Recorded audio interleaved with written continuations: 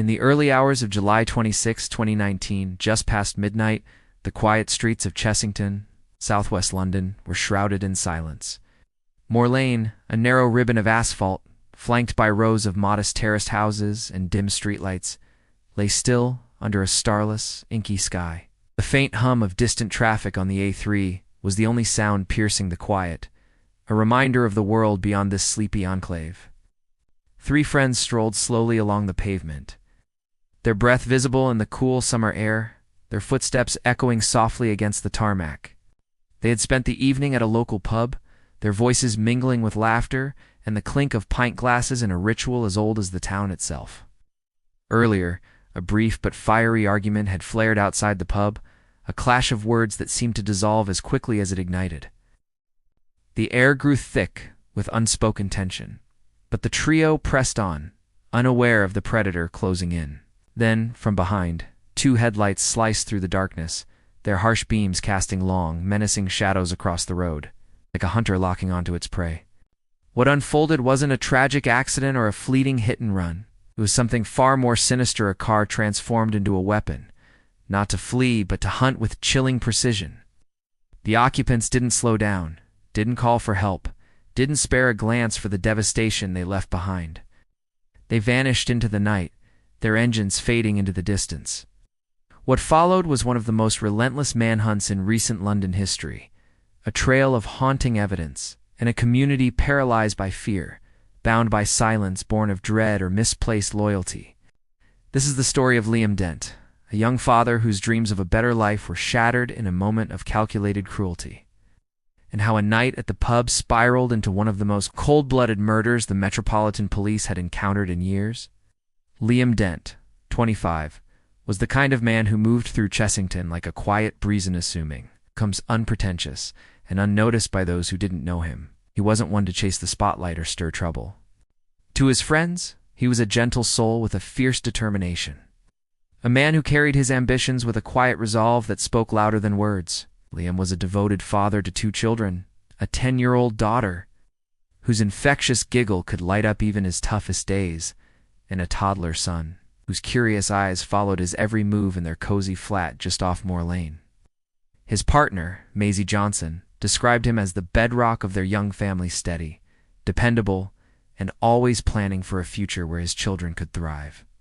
Liam's heart and soul were poured into his mobile food business, Pull Up, Fill Up, a venture that brought the vibrant, smoky flavors of Caribbean street food to life. From jerk chicken sizzling on the grill to rice and peas, seasoned with love.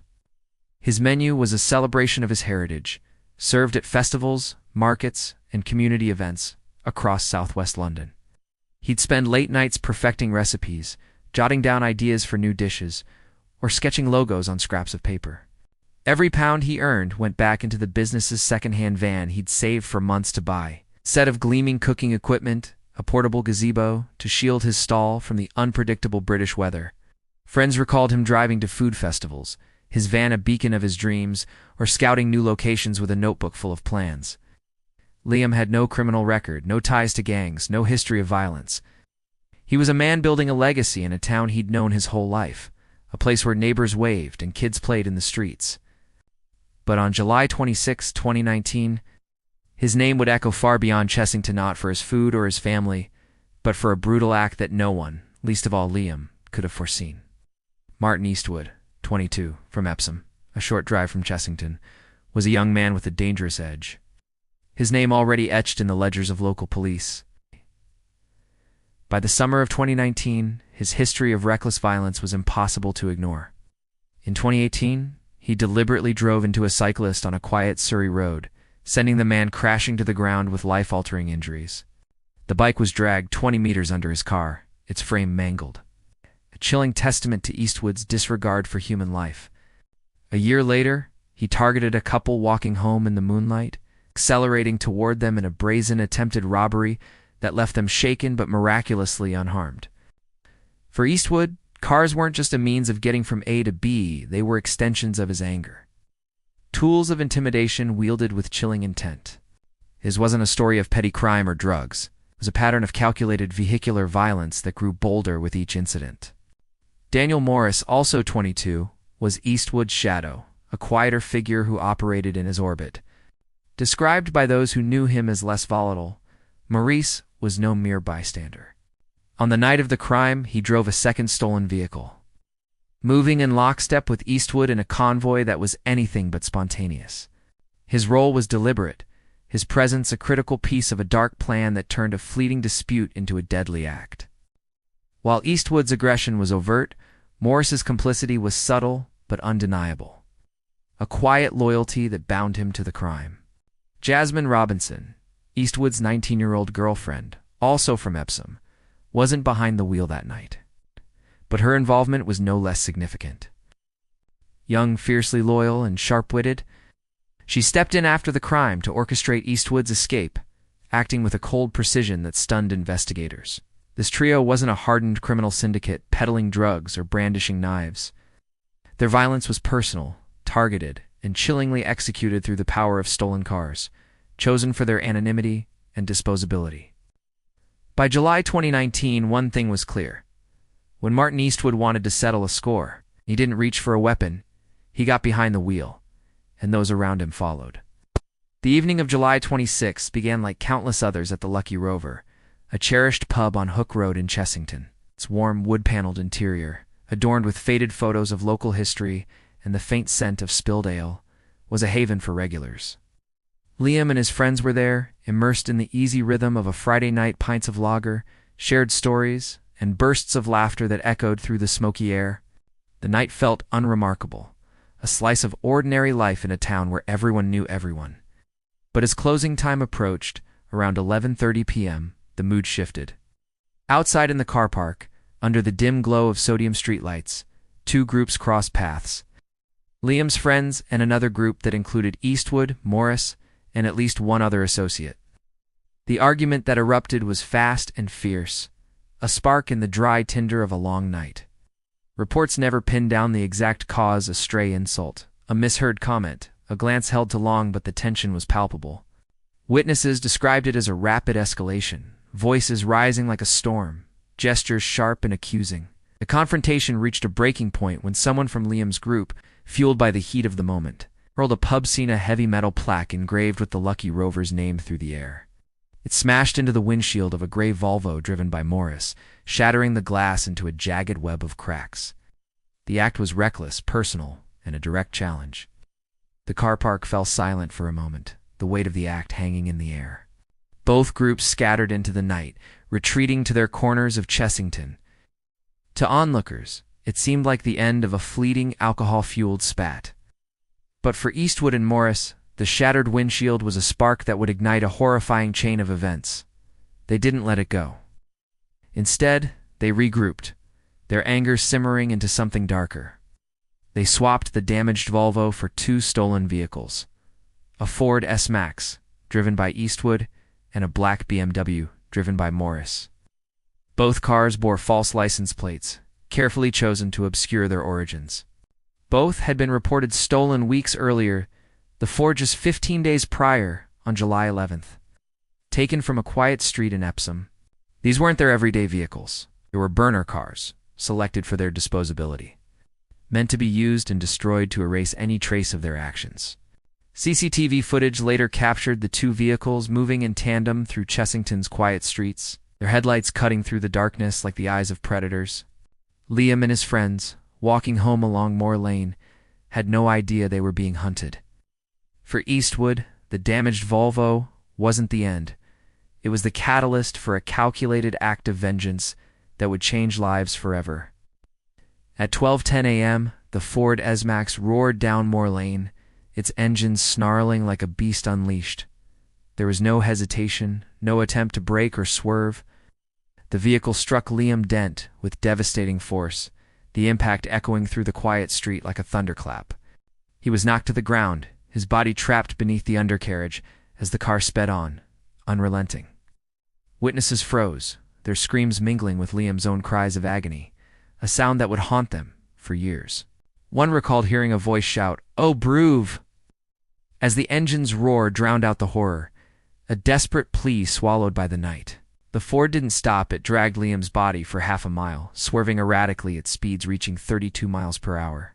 The sound was sickening, metal grinding against tarmac, tires screeching, and the faint fading cries of a man fighting to survive against impossible odds. The road became a canvas of tragedy, littered with fragments of Liam's life. A single trainer, its laces torn, shredded banknotes fluttering in the breeze. A mangled phone case, its plastic cracked and smeared, and the gruesome, unmistakable marks of a body scraped along the pavement. Liam's body was only dislodged when a friend, driving another vehicle in a desperate bid to stop the attack, clipped the Ford, forcing it to release its grip. The friend's car skidded to a halt, its driver leaping out to find Liam lying broken on the road. By the time paramedics arrived, their lights flashing in the darkness, Liam's injuries were catastrophic: shattered bones, torn flesh, and internal damage too severe to overcome. They worked frantically, their hands steady, but their faces grim, knowing the truth. At 12:50 a.m., Liam Dent was pronounced dead at the scene. His life extinguished on the quiet street he called home, just steps from the flat where his children slept. Eastwood and Morris didn't look back. The Ford Max and the black BMW vanished into the night, their taillights fading into the distance, leaving behind a community in shock and a trail of evidence that would prove their undoing. When Metropolitan Police arrived on Moore Lane in the early hours of July 26th, the scene was stark and brutal, a tableau of violence etched into the tarmac. Liam's body lay in the road, surrounded by a scattering of evidence that stretched back toward Osborne Way, where the attack began. Officers, their flashlights cutting through the darkness, meticulously retraced the path, finding clues every few meters. A shoe, its sole worn from countless walks, scraps of paper money, torn and bloodied, fragments of skin, and the chilling scrape marks of a body dragged across the road.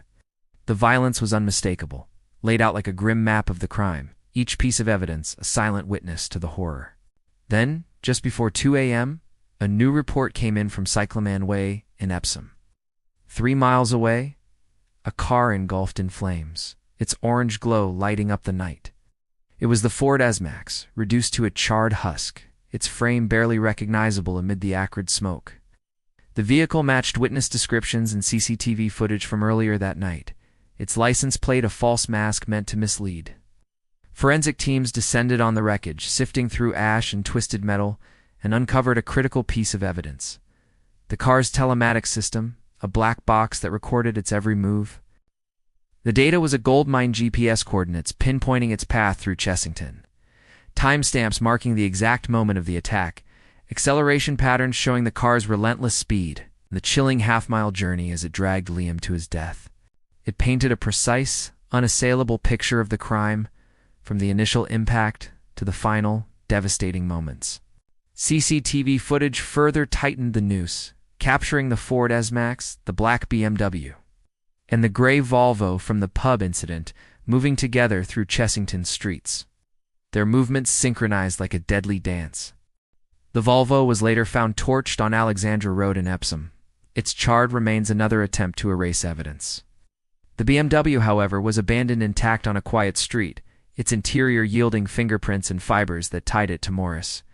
Piece by piece, the police reconstructed the timeline: the pub row at the Lucky Rover, the switch to stolen cars, the coordinated attack on Moore Lane, and the desperate attempt to cover their tracks with fire and flight. The combination of forensic evidence, witness accounts, and cutting-edge technology left a trail the perpetrators couldn't burn away, a digital and physical record of their guilt. Martin Eastwood vanished after the killing, slipping into the shadows of Chessington's quiet streets like a ghost. He avoided using his name, stayed out of sight, and relied on others to orchestrate his escape. That task fell to Jasmine Robinson, his 19-year-old girlfriend, who acted with a chilling efficiency that belied her age. She booked a coach ticket to Sheffield under a false name, carefully manipulating the details to avoid detection, giving Eastwood a head start as the manhunt intensified. Text messages between them, later recovered by police, revealed a turbulent mix of emotions in the wake of the crime. In one, Robinson lashed out, "You've messed everything up for what? A moment of power?" Her words dripped with frustration, but also betrayal as she grappled with the consequences of his actions. In another, she wavered between anger and affection, lamenting the future they'd planned a life together, now shattered by his reckless violence. Despite the chaos, her actions were deliberate, a calculated effort to keep Eastwood one step ahead of the law. Daniel Morris, Eastwood's accomplice, was less elusive. Arrested within days, he admitted his role in court, confirming his part in the deadly convoy that hunted Liam down. His quieter demeanor didn't shield him from accountability. His presence in the black BMW was a choice, not a coincidence. Robinson's efforts to shield Eastwood unraveled. When police traced the coach, booking through surveillance footage and transaction metadata, despite the false name, the digital trail credit card records, IP addresses, and grainy CCTV images led straight to her. She was arrested for assisting an offender, her loyalty to Eastwood now a chain binding her to the crime. In the days and weeks that followed, the investigation widened, pulling in 10 people aged 17 to 22 suspected of murder or attempting to pervert the course of justice. Most were local, their lives intertwined with the streets of Chessington and Epsom. Many were released under investigation, their roles peripheral or unproven, but the network was unraveling, thread by thread. The manhunt for Eastwood grew relentless, with phone records, CCTV, and witness accounts tightening the net around him. Detectives pored over data, tracking his movements through call logs and grainy footage from Sheffield's bus stations. On August 15, 2019, he was finally apprehended in a quiet corner of the northern city, his attempt to vanish undone by the persistence of the Metropolitan Police. By October, the case was solidified, and the names whispered in the wake of that night Eastwood, Maurice Robinson, were etched into charge sheets, their fates sealed by the evidence they couldn't destroy. Stacy Dent, Liam's mother, was among the first to arrive at the scene, guided by a mother's instinct and a phone call that shattered her world. She dropped to her knees beside her son's broken body, the street cold beneath her, her screams swallowed by the night. "I knew he was gone," she later said, her voice heavy with a grief that words could barely contain. "The destruction was absolute. His injuries told me everything. Paramedics fought to save him, their hands steady but their faces grim, their equipment no match for the catastrophic damage, shattered bones, torn flesh, and internal injuries that no one could survive." In court, Stacy faced Eastwood, her eyes locked on the man who took her son. Her voice was steady, carved from pain. "I saw his agony, his torture. He was screaming for help. Why didn't you stop? Why couldn't you spare my son?" Her words were a plea, a demand, a mother's cry for answers that would never come. Maisie Johnson, Liam's partner, shared that heartbreak. Her life upended as she faced raising their 2 young children alone. Their daughter, now without her father's bedtime stories, and their son, too young to remember his smile, were left with a void that no one could fill. In a public appeal, Maisie's voice broke as she pleaded, "My kids have lost their dad, and I've lost my soulmate. If you know anything, please come forward." Her words were a beacon, cutting through the fog of fear that gripped Chessington. But the community remained cloaked in silence. Witnesses who saw the attack, who heard the screams, who knew the perpetrators, stayed quiet, bound by fear of retaliation, loyalty to friends, or a desire to stay uninvolved. Stacy addressed this directly in a press conference, her voice raw but resolute. "I know people saw what happened, understand the fear, but this was a callous crime.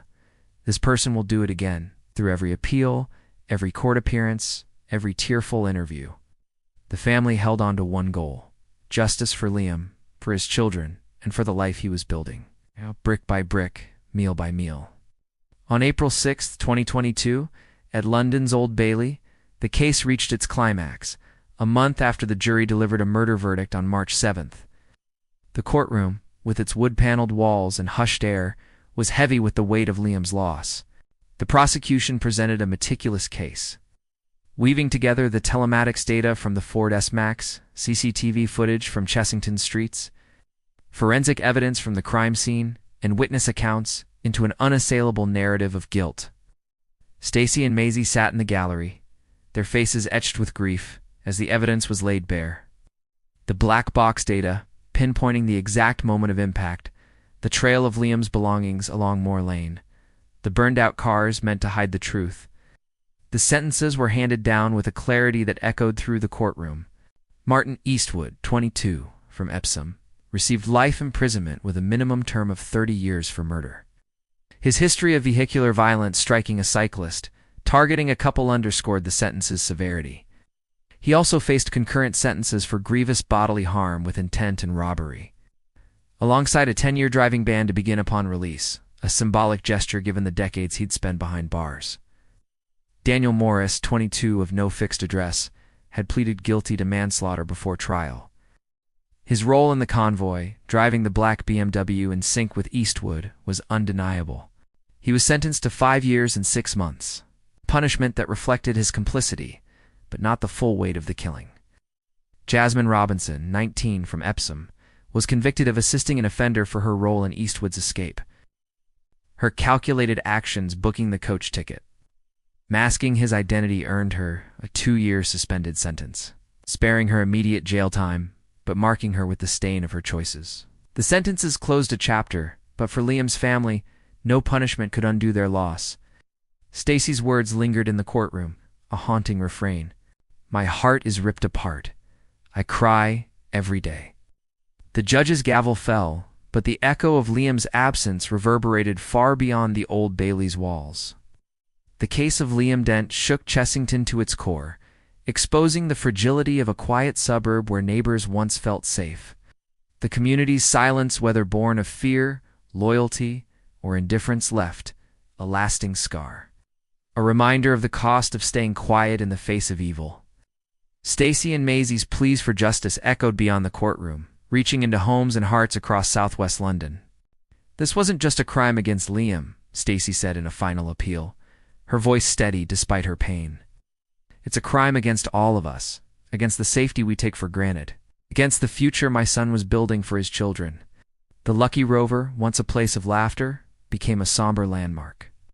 Its car park, a silent witness to the spark that ignited the tragedy. The streets of Chessington, once alive with the hum of everyday life, carried a new weight, a cautionary tale of how quickly a moment can spiral into horror.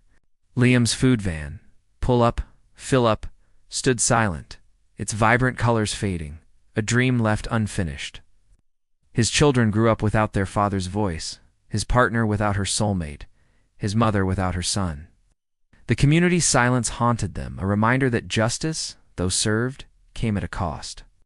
What do you think of the sentences in this harrowing case? Was justice served for Liam Dent, or does the pain of his loss overshadow the courtroom's verdict? How do you view the community's silence? Fear, loyalty, or something else entirely?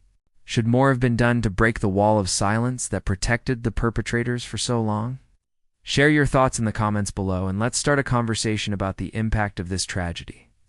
If you're gripped by true crime stories told with unflinching detail, subscribe to the Crime Decoder and hit the notification bell.